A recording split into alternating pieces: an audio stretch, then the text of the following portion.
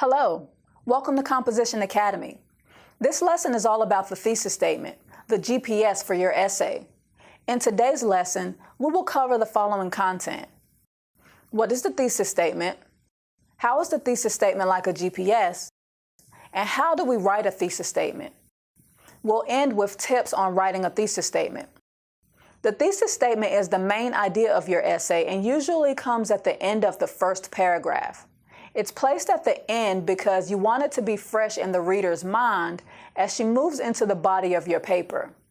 If you were to place the thesis statement in the middle or at the beginning of the paragraph, then the reader might get distracted by the sentences between your thesis statement and the beginning of your content. Putting the thesis statement at the end of the first paragraph gives you a smooth transition into your supporting ideas. When your reader reads your thesis statement, she should know exactly what your essay is about.